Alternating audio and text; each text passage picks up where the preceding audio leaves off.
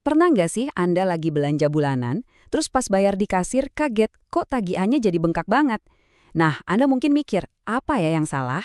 Ternyata jawabannya mungkin ada di tempat yang nggak kita duga, yaitu di pom bensin. Ya, ada hubungan tersembunyi antara harga bensin yang kita isi dan harga makanan yang kita beli. Coba bayangin deh, suatu pagi Anda buka berita dan lihat headline kayak gini. Harga bahan pokok melonjak 7%.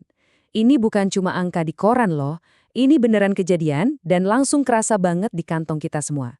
Sumber kami menggambarkan situasi ini dengan sangat jelas. Ini masalah serius. Terus pertanyaannya jadi, kenapa bisa begini? Apa ini cuma karena panennya lagi jelek, atau permintaan lagi tinggi? Atau jangan-jangan ada alasan lain yang lebih dalam? Sesuatu yang tersembunyi, yang ternyata jadi pemicu efek domino sampai bikin harga di pasar naik. Oke, biar jelas, yuk kita bedah bareng-bareng. Pertama, kita lihat dulu soal tagihan belanja yang bikin pusing. Terus, kita sambungin ke harga BBM. Nah, dari situ kita telusuri efek berantainya ke para petani, kita lihat hitung-hitungannya, lalu kita pahami dilema yang dihadapi pemerintah, dan terakhir kita coba cari tahu, solusinya apa ya? Oke, kita mulai dari bagian pertama ya, lonjakan tagihan belanja. Ini nih masalah yang paling kita rasakan langsung. Jadi, kenaikan rata-ratanya itu sampai 7%. Dan ini bukan kenaikan untuk barang-barang mewah loh, tapi untuk kebutuhan pokok kita sehari-hari. Coba lihat, beras, minyak goreng, telur, gula, sampai ayam. Semua ini kan yang wajib ada di dapur kita kan? Nah, sekarang kita masuk ke bagian kedua, hubungan dengan harga BBM. Disinilah kita mulai menemukan benang merahnya. Ternyata, biang keroknya bukan cuma soal rantai pasok yang panjang, tapi ada hubungannya sama satu komoditas yang super penting. Komoditas itu adalah, ya, BBM. Kenapa BBM ini beda? Karena BBM ini dianggap sebagai komoditas strategis. Maksudnya apa? Artinya, BBM ini sangat vital buat negara dan hidup banyak orang. Makanya, harganya itu nggak dilepas begitu aja ke pasar, tapi diatur sama pemerintah. Sering banget malah disubsidi, biar harganya lebih terjangkau buat kita. Tapi, ada masalahnya.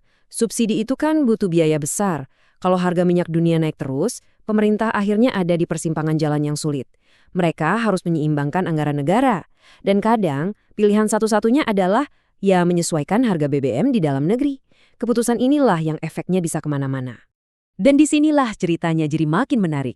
Satu keputusan untuk naikin harga di pom bensin ternyata nggak berhenti di situ. Keputusan itu memicu efek domino. Sebuah reaksi berantai yang getarannya terasa sampai ke sawah-sawah dan ladang para petani. Jadi, gimana caranya harga bensin bisa nyambung ke harga beras atau sayur di piring kita? Nah, penelitian ini nemuin ada 3 jalur transmisinya. Pertama, dampak langsung. Petani butuh solar buat traktor dan pompa air kan? Kedua, dampak tidak langsung. Harga pupuk dan pestisida ikut naik karena produksinya juga butuh bahan bakar. Dan yang ketiga, dampak pasar. Ongkos angkut hasil panen dari desa ke kota jadi lebih mahal. Oke, kita lihat visualnya ya. Semua ini dimulai dari sini. Domino pertamanya jatuh. Keputusan soal harga BBM. Begitu harga BBM naik, dampaknya langsung terasa di tingkat petani. Ongkos usaha tani mereka membengkak. Bayangin aja, biaya buat nyalain traktor atau pompa irigasi langsung naik. Tapi nggak berhenti di situ. Setelah panen, hasilnya kan harus dibawa ke pasar. Nah, ongkos pemasaran atau biaya transportasinya ini juga ikut naik, jadi bebannya nambah lagi. Dan inilah ujung dari reaksi berantai itu. Semua biaya tadi menumpuk dan akhirnya yang kena ia kesejahteraan petani. Daya beli mereka menurun, keuntungan menipis, ini pukulan telak buat mereka. Oke, tadi kita udah lihat alurnya. Sekarang seberapa besar sih dampaknya kalau dihitung pakai angka? Nah, data dari penelitian ini benar-benar membuka mata. Para peneliti ini bikin simulasi yang cukup ekstrim. Mereka coba hitung apa yang terjadi kalau harga BBM katakanlah naik 100% atau 2 kali lipat. Dan hasilnya ternyata dampaknya nggak merata ke semua jenis petani. Dan dari semua jenis pertanian, ada satu sektor yang paling terpukul. Sektor itu adalah peternakan. Wow, keuntungan atau profitabilitas mereka bisa anjlok sampai minus 7,56%.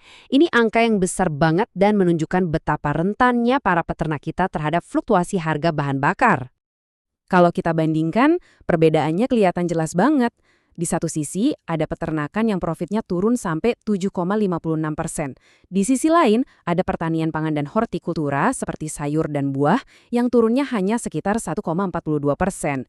Ini nunjukin kalau beberapa bagian dari sistem pangan kita itu jauh lebih bergantung pada BBM daripada yang lain. Semua data ini membawa kita ke sebuah dilema kebijakan yang sangat pelik bagi pemerintah. Seringnya, karena alasan politik, pemerintah itu menunda-nunda kenaikan harga BBM yang sebenarnya udah nggak bisa dihindari. Mungkin biar nggak ada gejolak. Tapi menurut studi ini, menunda-nunda itu justru bikin masalahnya makin parah. Begitu harga dinaikkan, kenaikannya jadi mendadak dan tinggi banget, yang akhirnya bikin kaget, dan dampaknya jadi jauh lebih negatif buat petani. Jadi kalau kenaikan yang mendadak dan drastis itu jadi masalahnya, terus solusinya gimana dong? Nah, untungnya para peneliti ini nggak cuma nunjukin masalah, tapi juga ngasih rekomendasi yang cukup jelas. Intinya begini, mereka bilang kalau memang harus dilakukan kebijakan penyesuaian harga BBM, sebaiknya dilakukan secara bertahap. Misalnya 10% tiap kali peningkatan. Dengan kata lain, daripada ditahan-tahan terus tiba-tiba naik 100%, lebih baik naiknya dicicil, sedikit-sedikit tapi rutin. Cara ini memberi waktu bagi para petani dan juga kita sebagai konsumen untuk beradaptasi. Jadi nggak ada lagi tuh yang namanya shock terapi. Dan ini membawa kita ke pertanyaan terakhir yang mungkin paling sulit dijawab. Secara ekonomi, solusinya masuk akal banget kan? Tapi pertanyaannya, di tengah semua tekanan politik yang ada, apakah pendekatan bertahap seperti ini benar-benar mungkin untuk dijalankan?